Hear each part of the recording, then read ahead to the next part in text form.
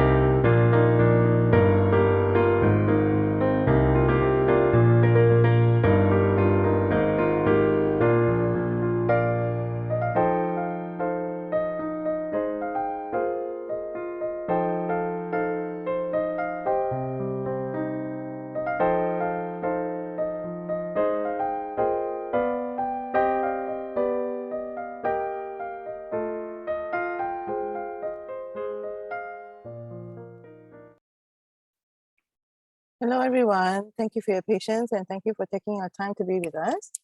I am Alyssa from IBF Careers Connect. And before we start the session, we'd just like to give you a gentle reminder to submit all your questions in the Q&A section at the bottom of the screen so that the speakers can respond to them live via audio. As such, without much further ado, let's welcome my colleague, Mr. Adrian Wu, our IBF Career Advisor, and our esteemed guest speaker, Mr. Gary Harvey, CEO of St. James Place Wealth and Management. Welcome. Hi, everyone. Can you hear me? Lisa, okay? Yep, sure. Great. Everybody, thank you so much again for joining us in one of our regular programming where we feature some of our esteemed guests like Gary, IBF Fellows. Like what Lisa has mentioned, just some very quick housekeeping rules. If there are any questions, please type them in the chat box below. Gary and myself will try to answer as many as we can if we have the time. We'll try our best. Also, toward the end of the session, I'm going to be flashing a slide so that you have some contact details for both St. James as well as for IBF Careers Connect as well. So stay tuned for that. And also, definitely want to trouble you guys if possible to help us do a very quick survey at the end, just to make sure that we know how we've done and whether or not you enjoy these kinds of sessions and what kind of sessions you want to see in the future. It is my great pleasure today to welcome Gary. And I just wanted to start by saying why I was so interested in getting Gary to join us today. There are basically two reasons, right? The first one is because his experience is just so rich. I mean, he's worked, Gary, I think 4 decades almost across the world, the last 2 decades in Singapore, right? So I think there's definitely a lot of viewpoints, and I'm going to ask him some questions in terms of his perspectives and different types of personas and personalities. And also, simply because I often talk to my colleagues in IBF about, our newly minted IBF fellows, and I was just looking through the list and said, oh, well, Gary would be really good.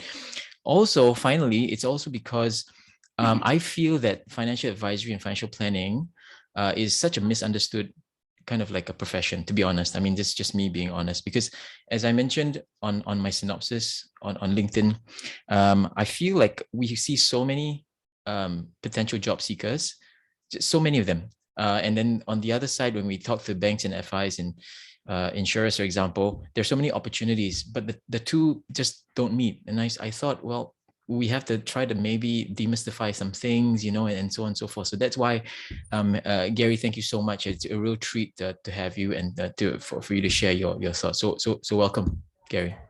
Well, look, thank you, Adrian. I'm delighted to be here today, and good afternoon to everyone. And by the way, I hope you're all safe and well and managing through these rather unusual times that we're living in, the time of COVID. So it's really nice to be here, Adrian. Yeah, and I'm going to ask you about that. I always have a question about every angle. Okay, so the first question I always ask all my guests is about their personal histories, personal career journeys, right? So for you, Gary, as I mentioned, maybe about 4 decades of working experience. So when you've reached sort of like working age, if I can use that, what were your original aspirations? I mean, what did you aspire to do, and how did your career sort of like make twists and turns such that you landed up in what you're doing today? Yeah, well, that's a really good question, Adrian, and it's an interesting one because a lot of people who find themselves in financial services, particularly in the advisory space, that wasn't their chosen career. They didn't come out of high school or university and say, yeah, I want to be a financial advisor. They found that along the way.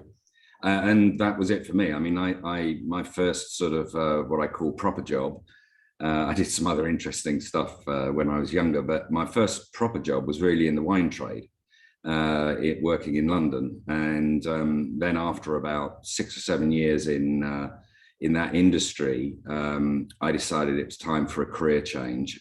Still enjoy wine, got the qualifications, etc. But for me, it was needing a change, and the financial advisory route was something that was attractive to me. So the one point I'd make is that's how I entered the industry. It's not what I do today. I do other things, but that experience of being a financial advisor has stayed with me throughout my career. I've always been able to refer back to that because you have empathy with the people who actually are face to face with the clients. That's a great point. So jumping into one of the sort of like the tough questions that I have for you, and again, I just want to let everybody know this is not really rehearsed at all. So these questions are coming live. Okay, so Gary, a tough question that I kind of I mean personally I'm quite curious. So your career started like in the 80s, right? Moved from the UK, number of years in Australia, and last 20 in Singapore. Presumably you've seen a lot of cultural differences in terms of Western and Asian mentalities, right, and styles. So one of the things I want to know, and maybe my job seekers or the people that we serve want to know is it true that only like those alpha personalities, like the Western personalities, outspoken, vocal, make good salespeople? I mean, have you seen examples of people who have kind of bucked that kind of personality stereotype at all? Well, I don't believe in the stereotype. For example, I mean, the East-West one. If you look out the window in Singapore, and there's some very, very successful Singaporean advisors who will attend things like MDRT. So I don't think it's it's about, if you like, your cultural background. I think it's more about your attitude and approach on life. But I also don't think there's a stereotypical type of advisor, the extrovert. Of course, the extrovert is great for some people, but typically it's a bit like our friends, right?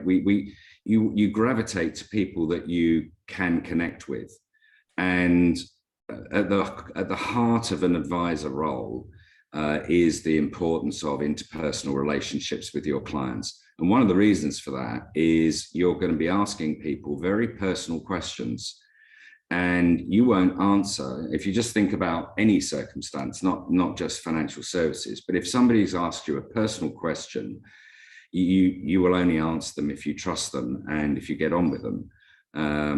So to me, I see the range of successful advisors as being a very broad church. There isn't a cookie cutter approach that says, well, if you're like this, you'll do well, and if you're like that, you won't. If you want to if you value building relationships with people, if you've got a passion for looking after the well-being of the clients and families that you look after, you want to build long-term relationships, and you've got the right work ethic, then you can be successful. You might be an extrovert or an introvert, it doesn't really matter. So when you distill, like, okay, the personality thing is up there, it's maybe debatable, but what are the kind of traits do you feel that's really quite necessary for someone to have if they are contemplating embarking, becoming a financial advisor, for example? Any other sort of like, hard sort of traits that you might have, or things they might have to pick up? Well, there's obviously two parts of anyone's competency in an advisory role. One is the technical part. So you've got to understand the technical. We can get that through exams, and that can be taught. Then you have the soft skills, and included with that is your own attitude and drive. So to me, it's that it sort of comes back to that desire to want to do good for the people that you work with and have long-term relationships. Certainly that's part of the SJP approach, is that we don't want a client that comes to us for just a couple of years. We want to look after them for the rest of their lives, and potentially the next generation on. Our job can sometimes be described as a simple one, but not an easy one. So it's simple because you need to be in front of people, you need to talk to people, and you need to talk to enough people in any week or month in order for you to build the relationships and get them as clients. But it's not an easy one, because that can come with a degree of rejection, because not everybody you speak to is going to say, actually, yes, it may not be the right time for them. They may not connect with you. So that ability to be resilient, but to keep on going and building up your network, your potentials, that's where the work ethic comes in. So those would be a couple of points I'd make there. I don't know whether or not you can comment about this, but you know how it is that, like what you mentioned, people are comfortable talking to their friends. They're just very laid back, and I can be myself. But I suppose put them in front of strangers or put them in front of a crowd or an audience, for example, they kind of freeze up. For example, I mean, I don't know whether it's a fair question, Gary, but can confidence be taught, you think? As in, like, I mean, can you learn how to be a good, how to connect instantly or quite quickly with clients, people that you don't know? I think the confidence point comes with obviously your own self-worth. And quite a bit of that is about knowing that the things that you are going to talk to a client about are going to help them, because clients will often have their own views. I mean, if you look at, for example, in the investment space, we did some research last year, and one of the research findings was that if markets go down, and this is appropriate at the moment given what's going on with Ukraine and Russia, if markets go down, it said 50% of those people we surveyed would sell down their investments. Now, some people that might sound like a very savvy approach, but actually it's the wrong approach if you're investing for 30 years for your retirement, or 15 years for your kids' education, to go to university, wherever that might be, but when they're 18 or 20. So part of the confidence comes from knowing that what you're going to say to a client is going to help them, and you are a bit of an educator here. So having the knowledge, if you like, that, and some of it is technical, but also some of it is a bit soft. I think that's where you can get the confidence to challenge it, and you do have to sometimes challenge people. They may not think they need enough life insurance. They might think that they've got enough money for retirement, but you've got to have the confidence that when you sit down, you say, well, let's look at this and let's analyze your situation, and no, you haven't got enough life insurance, because that isn't going to, if you were to sadly pass away, that wouldn't maintain the lifestyle of your family when you're no longer here. So that does require a bit of challenge, but I think that comes from confidence, and confidence that what is a good track for your clients to go on. Sometimes they won't, obviously, so they'll have their own opinions, or they won't want to proceed, but that's just life. But I think that confidence point comes from you feeling that you can add value when you sit in front of that client. You're on mute, Adrian. Yeah, sorry about that. Gary, just want to ask, okay, so using SJP as a platform, how difficult is it for someone to become an advisor, an SJP advisor? I mean, like in terms of what kind of exams does an individual have to pass, for example, and that's dependent on the products that I guess you sell. But how? I mean, what sort of technical obstacles, can I use that word, does someone have to grapple with or deal with in order to be licensed to be an advisor at SJP, for example? Yeah, so within SJP, obviously you have the industry exams, yep, which are standard, and there's a number of routes in which you could come into SJP and end up as a financial advisor in front of a client. We call them advisors, partners. But we have an academy route, for example, where people can come in that don't have any industry experience, so they don't have any advisory experience. They may have sales experience in a different way, but not in a financial advisory capacity. And then we have advisors who will go and work in what we call a practice, which is a group of partners that work together under a sub-brand.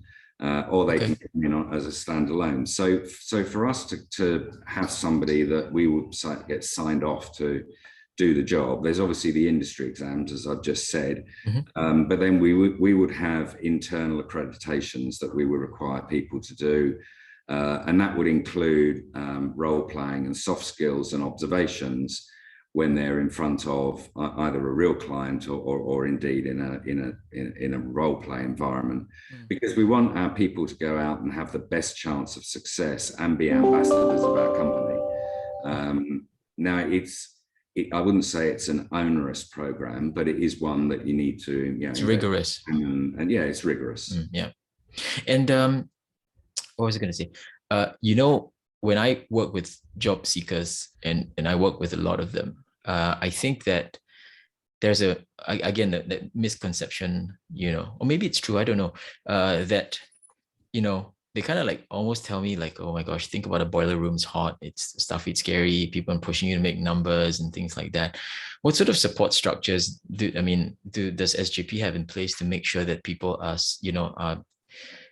have the best chance for success, right? Because I think oftentimes one of the biggest things that we need to overcome is that fear that, oh my God, if I don't close, if I don't do anything in 3 months, I'm out of here. And I don't want to start if that's the case. So they always think about that downside, but not necessarily the support structures that are there to potentially help you, be the best of yourself. I mean, what can you say about those things?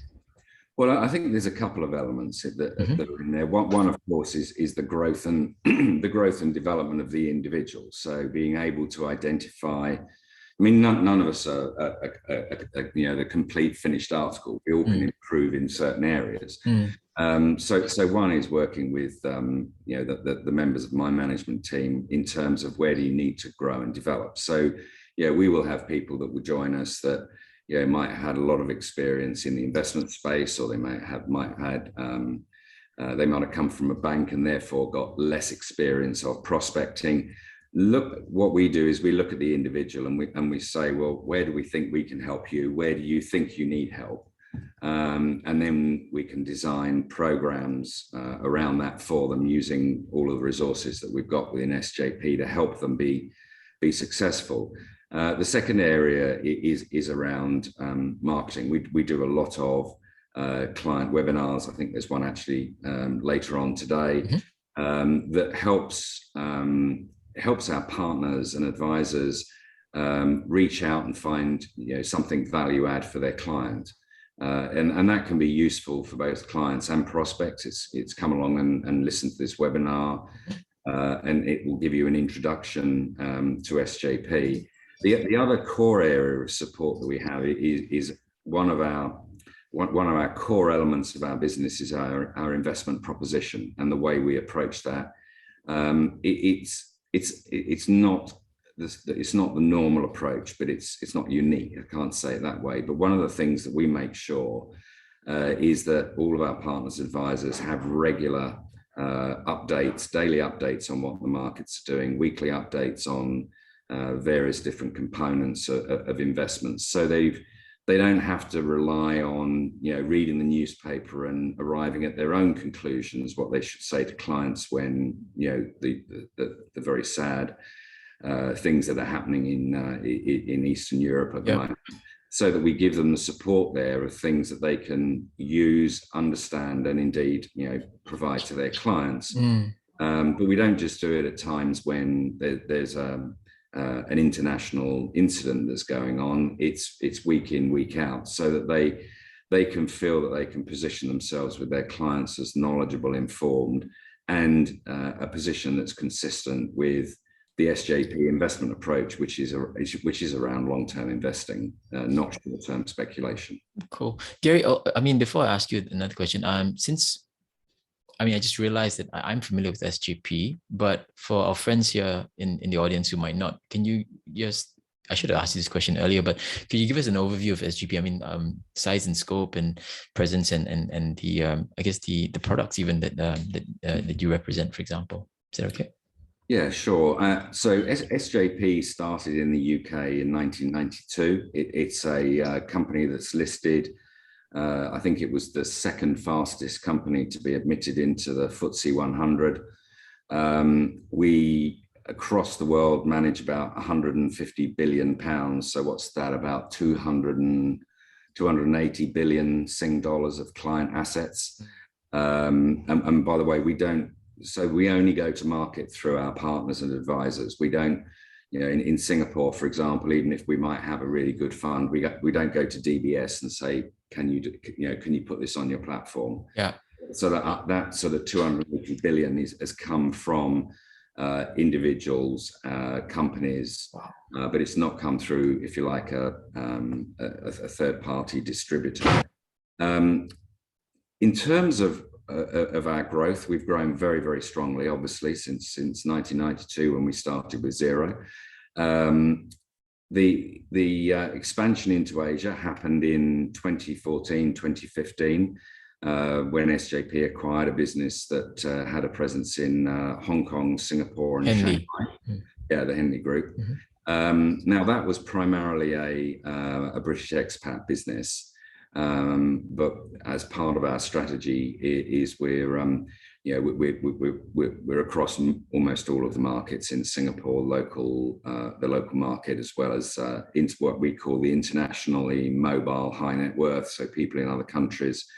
We're still very strong in the expat space because we understand the tax and pensions regulations of the UK, so we can really help those people to make sure they get good advice.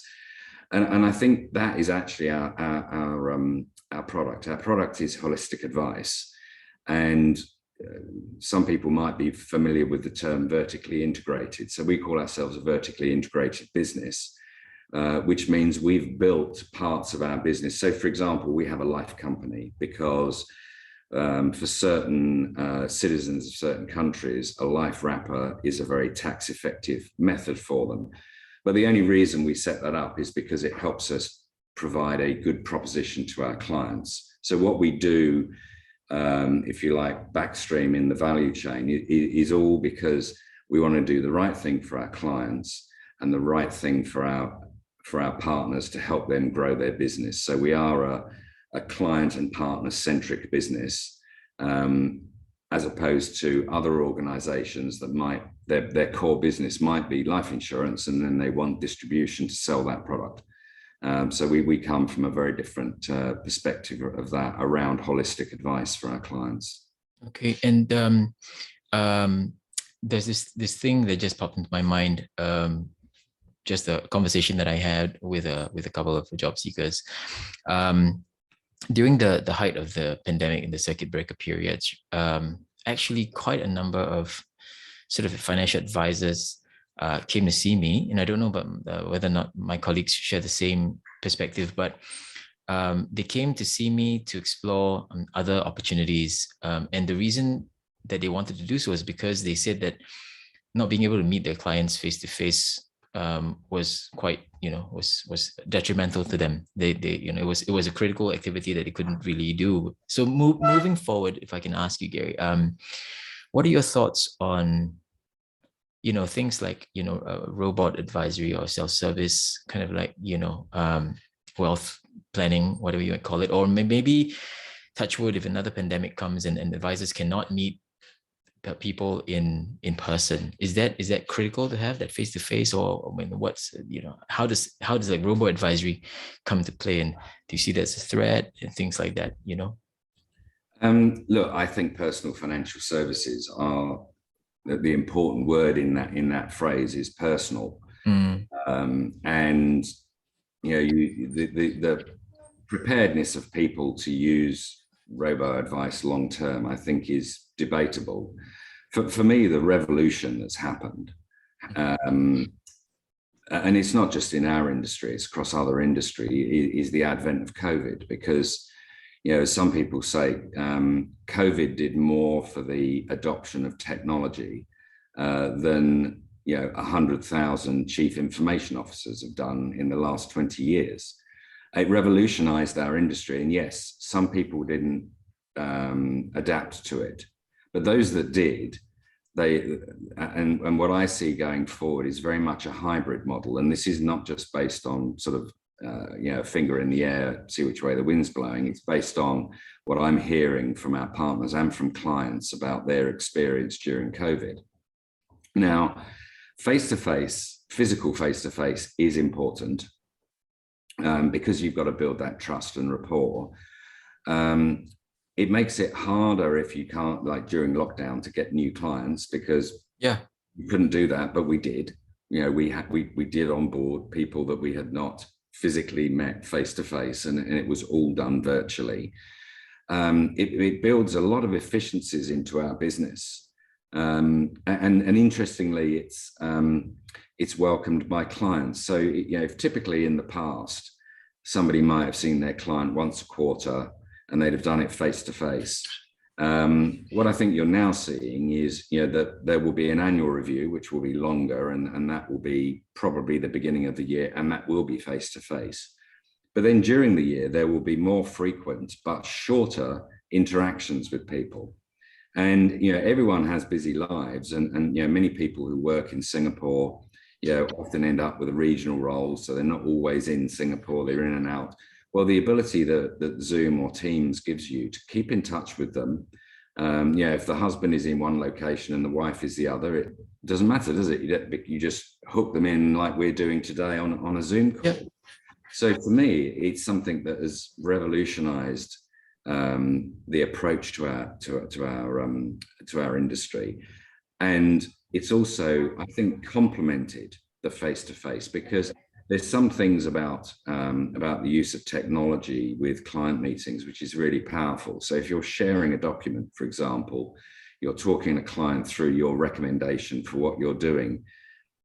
When you're sharing it, you control what the client is looking at, so you can make sure that they see the right parts and that they focus in. Whereas if you were sitting opposite them at a desk and they had a pile of papers and you had a pile of papers, you wouldn't necessarily know whether they were looking at the same thing you were. But when it's an important point that you want to make and get across to them, it can make it much more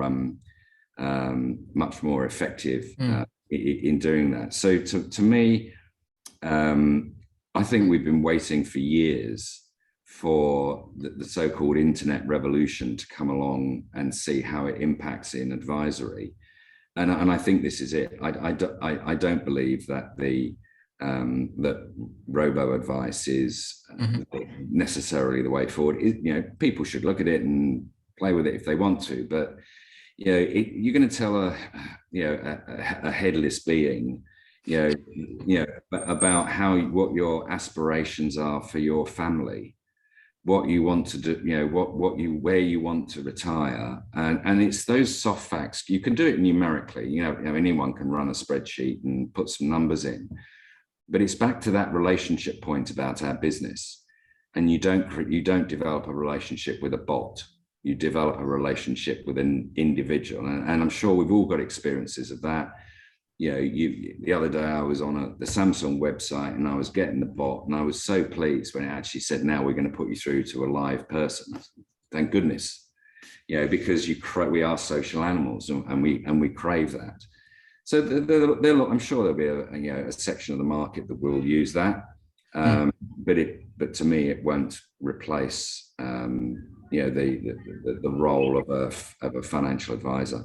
Okay. And, I just want to also ask about this innovative things that SJP has. I was browsing on the website, like the entrepreneurship and then the partnership program. Are you able to tell the audience a bit more about, the different, the different pathways or the programs that you have? Yeah, so I mentioned there's the academy. We have an academy, and the academy is really for people like me 30 years ago, who want to do a career change. Okay. And that will bring them into our business, and then they will go and work with a practice where there's a group of advisors to help them develop the skills and expertise. And that's normally about a 9 or 12 month program where they're 9, 12 months. Okay. In order to get them up to speed. Okay. In terms of the other routes, as I said, advisor into a practice or a standalone partner. But we very much like to have people who are entrepreneurial. One of the unique selling points of St. James's Place is the ability for you to realize a capital value in your business when you retire or slow down. And that enables people to be entrepreneurial. Obviously within the confines of our structure and the regulations that we have to live within, but it enables people to see that they're actually building their business, because Yeah, I think what I'm saying here isn't knocking anybody else. It's just a statement of fact. Many people work for 20 years in a bank in a relationship role and then leave, but they don't get any value for the all the hard work. And it is hard work finding clients and servicing them. But there's no reward at the end other than maybe a gold watch and a dinner with the CEO. That's funny. And also, one of the things that I also encounter with people asking who are curious about potential companies to explore, to work with, is that there are a lot of, sort of like wealth management platforms out there. So what should potential employees be looking out for in choosing, a specific company to be associated with? Are there, are all companies the same in your opinion, or are there certain things or certain aspects of being associated with one brand versus another? I mean, differences that people should be aware of, you think? Yeah, look, I don't think all companies are the same. There are groups of companies that are very similar to each other. I think for me, the key thing for anybody looking to join any company is, how does it fit with you, particularly in the space of financial services, where you will have a particular approach within that company as to how you want to meet the needs of your clients. And the sort of thing or statement that I think is worth saying here is, would you buy the products of that company? Would you buy the advice of that company? Because I think it's really important today that you work for a company that you value what they're doing. It helps you get up in the morning. It helps to that point you made earlier on, Adrian, about confidence. All of those things. So do your homework, understand what the company stands for, and does that match with your values and indeed your aspirations. If you're talking to me, it's do you want to be an entrepreneur and build a business? How important is that to you? So understanding the ethos of the company and how you would fit into that, I think, is really important. Also, Gary, apart from advisory positions, I don't know whether it's a question I can ask, but let's say for those people who are looking to maybe not do sales, but maybe doing something supportive, for example, apart from sort of like sales opportunities, are there any sort of supportive or supporting type roles that maybe low barriers to entry, the people can maybe consider, that's not going to be out the window anytime soon?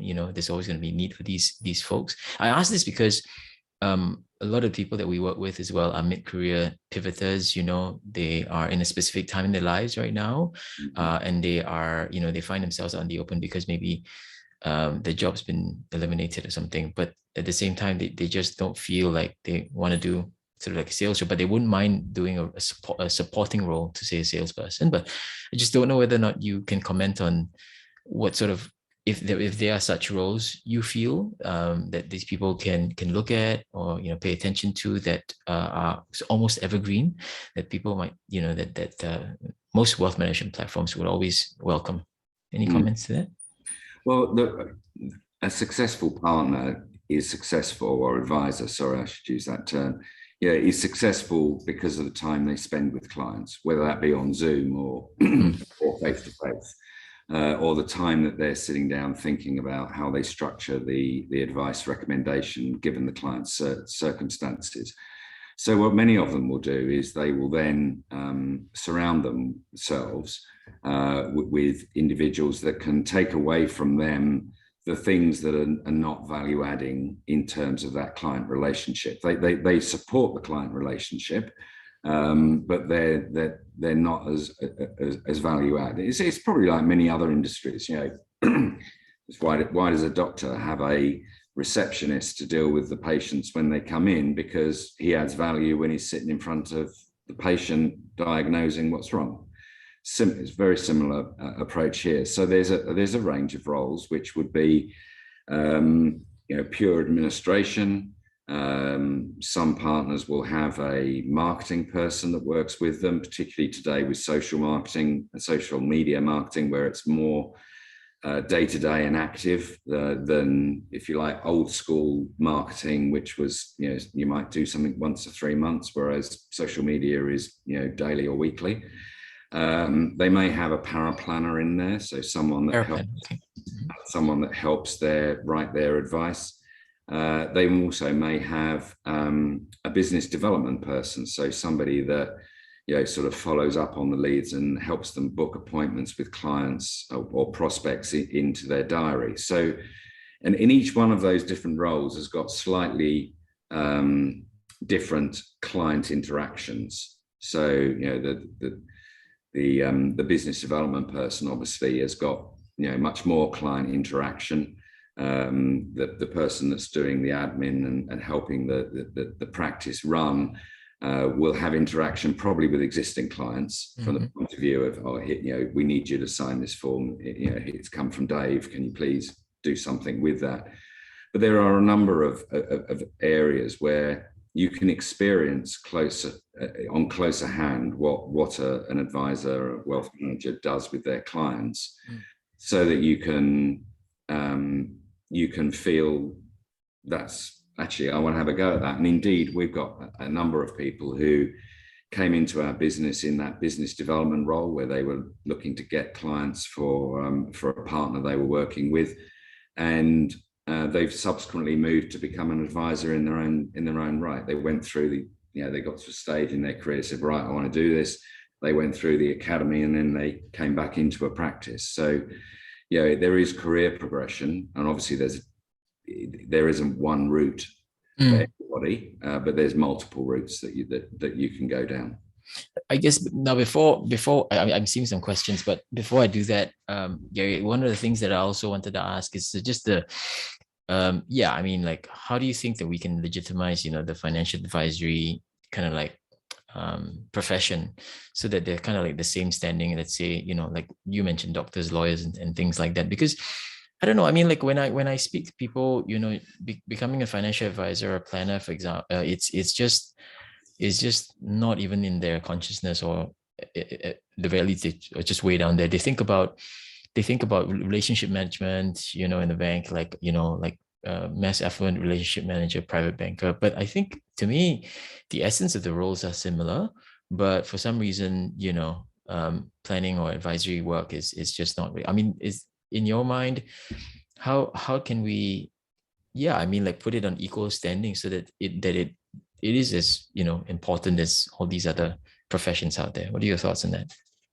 Yeah, maybe before I sort of answer the core question, I think it's important to recognize how rewarding the role of a financial advisor can be. If you work with a family and you work with them for many years, and you have a successful career, you're going to see them retire in the way that that they wanted to, and they've been working with you for 20 years to get that retirement. Or if you have a family that goes through a difficult situation where maybe they lose the head of the family, you will be there to look after them with a check for the life insurance you've put in place.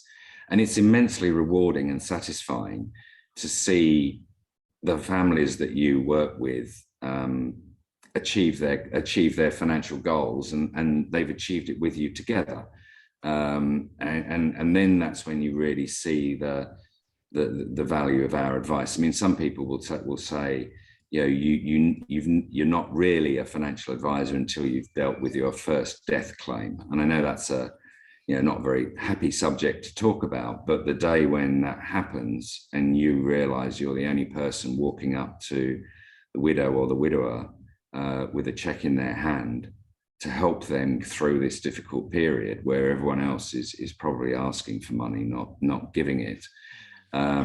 It's a very satisfying and rewarding career. I think your comparison with how do we get ourselves to be on the same level as doctors and other professions, lawyers, For me, there's obviously the professional qualifications, and there's a number of those around. I should, just in the interests of full disclosure, say that I am the vice president of FEPAS that runs CFP. So this isn't an advert for CFP, it's an advert for professional qualifications. But I do see lots of analogies between the medical profession in particular and financial advisory, because we will all have clients who will sit down in front of us and say, I want to buy this. And our role is to say, well, hang on a second, much like if the patient went into the doctor and said, look, can you give me a prescription for some paracetamol because I've got a headache.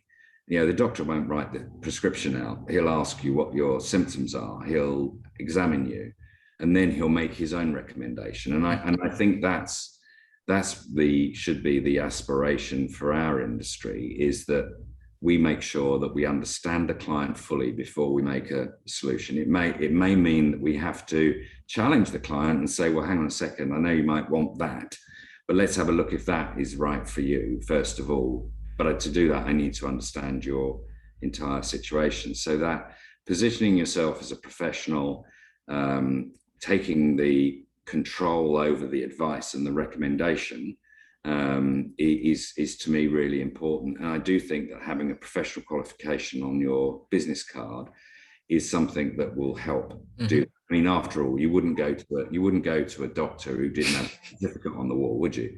Yeah, let's be honest. You think, actually, maybe I'll find another doctor, and indeed they wouldn't be allowed to practice. But 100 years ago, that could have happened. So it's only in the last 100 years you've had to be fully medically qualified to give that. So I think it's around that. It's also about what you do with your clients. If you position yourself as a holistic financial advisor and you deliver that, then that's one more person that views our industry as professional. But the qualifications do help. It's great. Just wanted to start on just a few questions. So one of the questions I have right now, Gary, is from Brendan. He has a two-part question. Okay, well, two questions of what to. So the first one is basically, hang on a second, I'm just trying to pull it up. What advice do you have for people who have no background in sales but would like to try? For example, a person whose background is in HR and ops. Yeah, look, it's a very interesting question, and thank you, Brendan, for that.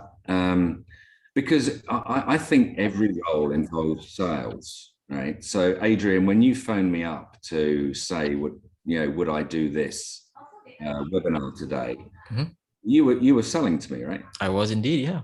Yeah, so there's a lot of components where we may not call it selling. In the corporate world, you might call it influence, in order or positioning or presentations. Most presentations are actually selling a message or selling a solution.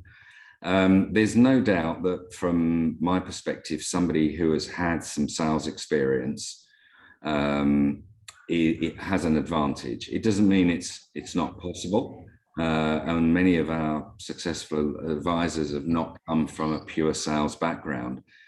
But what I would say is make sure you understand what it means to be in sales, because it is a more, it's very clear when you do good or bad work, very clear. And so understanding the nature of the role and understanding what you need to do to be resilient during that is really important, but it shouldn't preclude you from having a career. Well, I mean, I started as an advisor, but I don't think I'd done very much selling before I moved into being an advisor back in 1989. Okay, and Brendan's second question, as you can see, is business development the same as sales, or should I say, do they overlap? As I'm looking for a role in business development, however, I have no prior background. What can I do in the short term to get into business development of any company? Is it the same? Well, I think, as I said, the biggest overlap in those different support roles that I mentioned is the one of business development, because business development is about talking to prospects and seeking to get a meeting. advisor can then go along into. So it is quite similar, but it's not exactly the same, because you're not giving advice. You're not, you're not collecting information on the client and analysing it, taking it away. But it is probably the closest to what I call the sharp end of the stick that you get of those support roles. And I think in terms of what can you do in the short term, it's sort of a bit like I said for the non-sales people to go into advice. It's understand what you're doing and what that role is. And I just saw someone pop up and say, business development, is it the same as marketing? Yeah, I saw that too.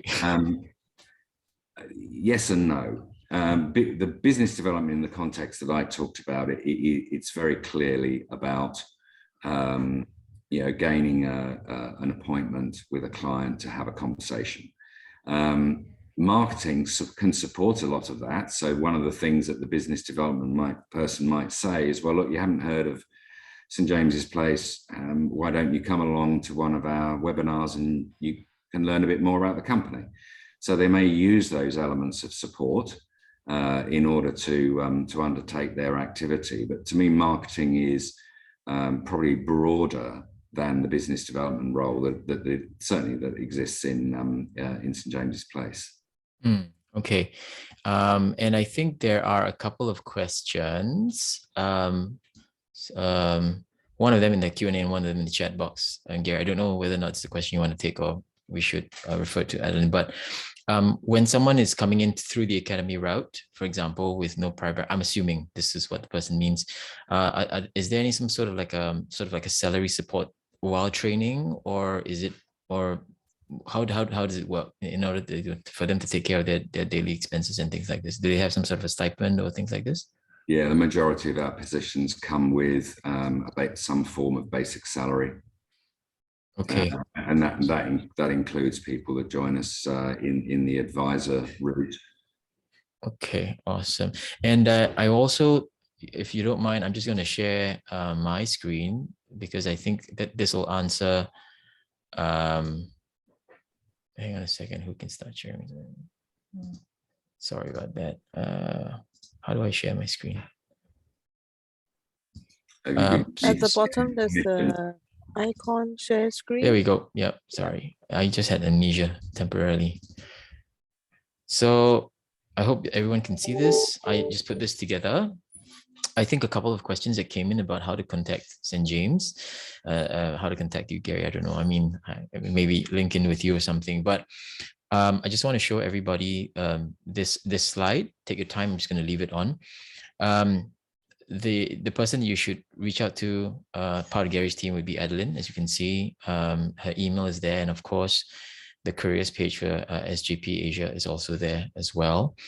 Now, at this juncture, also before I forget, Alicia, can you pull up the survey for everybody who's here, who hasn't asked any questions? If you want to try, I'm going to try my best to answer some as many as we can, as I said, but also, could you give us a survey right now while I'm asking Gary a few more sort of questions that will give us an idea of how we're doing?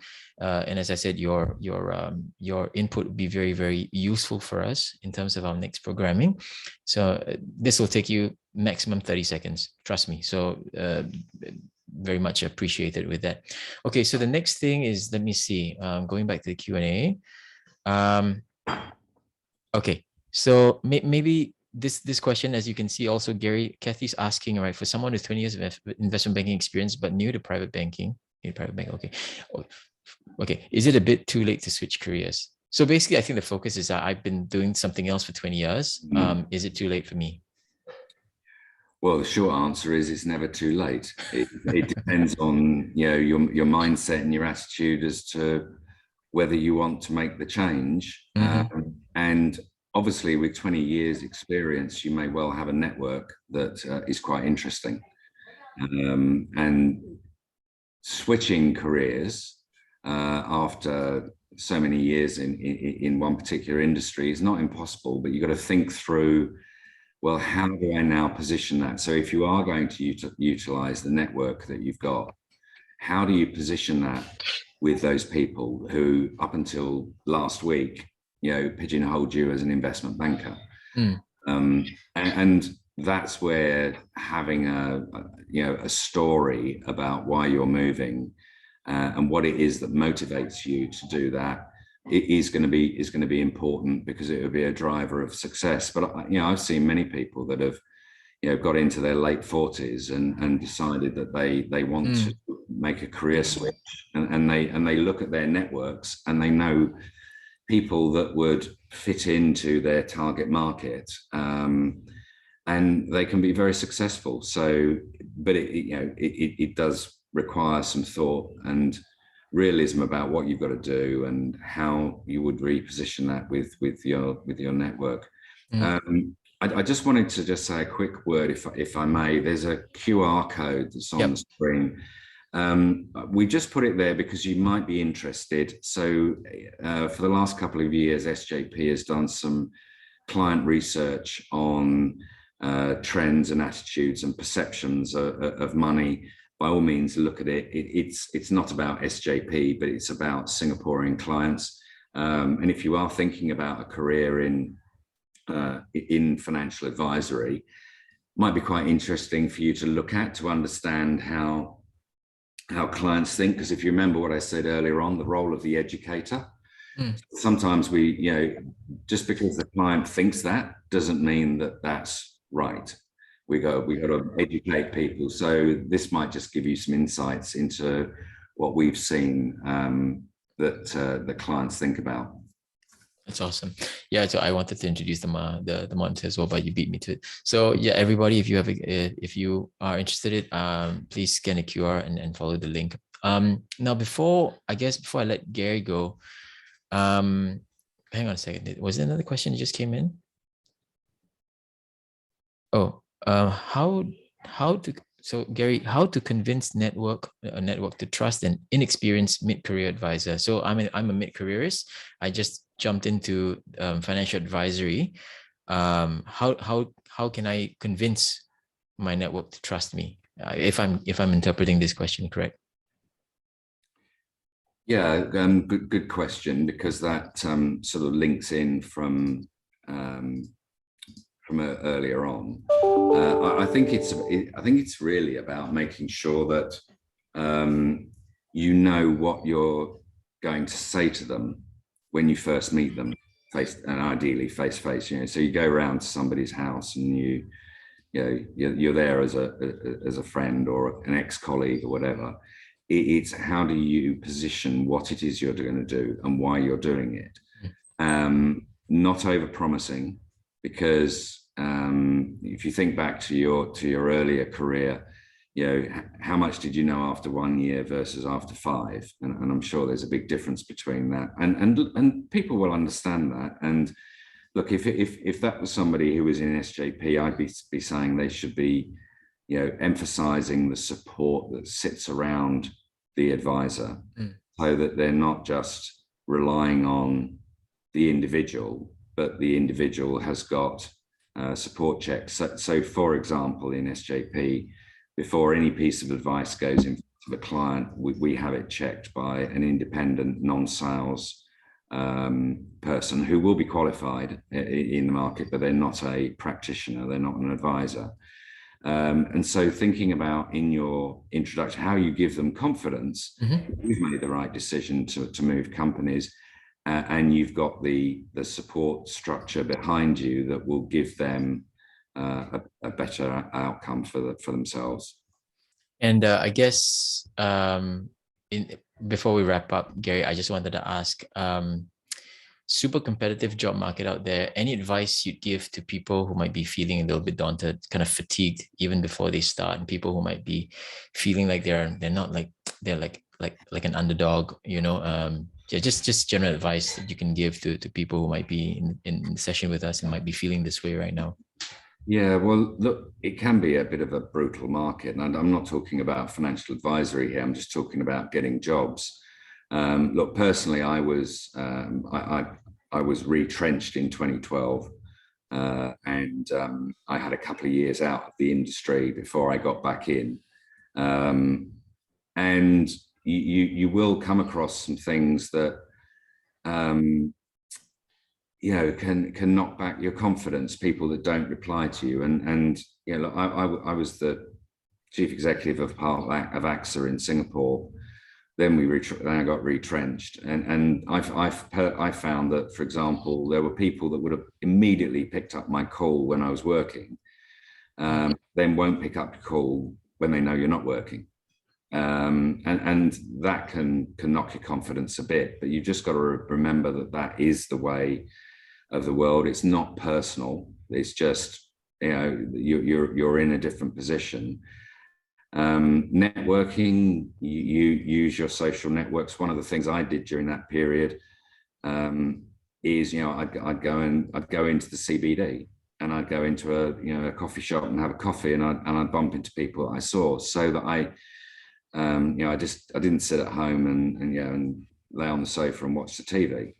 So things that maintain your self-esteem, maintain your positive feelings. So yeah, it is difficult job hunting, and you know, sometimes people will reject a CV just because they've got too many others to look at. And I know that sounds really harsh, but don't take things personally. I certainly got that. I got loads of people that, you know, didn't want to reply to a LinkedIn message, but you know, you just got to keep at it, and something will happen.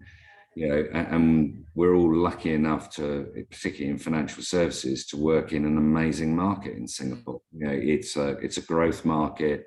It's well regulated. It's well governed, and so things will come right. But you get knocks along the way. Don't try not to take it personally. Yeah, and I just wanted to add, and that's why you have friends here at IBF Careers Connect as well. If you ever need a helping hand with, you know, any aspect of your career journey, you know, feel free to reach out to us as well. On that note, I want to thank everyone for being here today, and of course, Gary, your precious time as well, because I know you're immensely busy. But thank you for spending this hour with us. And I think at least for me, you know, now that the next time I speak to, you know, like a advisory type of person, I feel like I'm more knowledgeable in terms of, you know, being able to share things with him or her. And also, you know, for those people here who are interested in finding out more about SJP, please write to Adeline as well to see what kind of opportunities there might be for you. What else? Yeah, so the for those people who said that they couldn't get into the QR code that led to some unsafe sites, I just put it in the chat already. Sorry about that. I don't know why I managed to get in, but I put it there. Thank you again, you know, for everybody who's taken the time out to be here today. I wish everyone a very good rest of the week. And again, Gary, thank you so much. And I hope there will be a part 2 at some point. I will see you again. Brilliant. And thank you for your time, Adrian, and good luck to everyone. Take care, everybody. See you soon. Bye, everybody.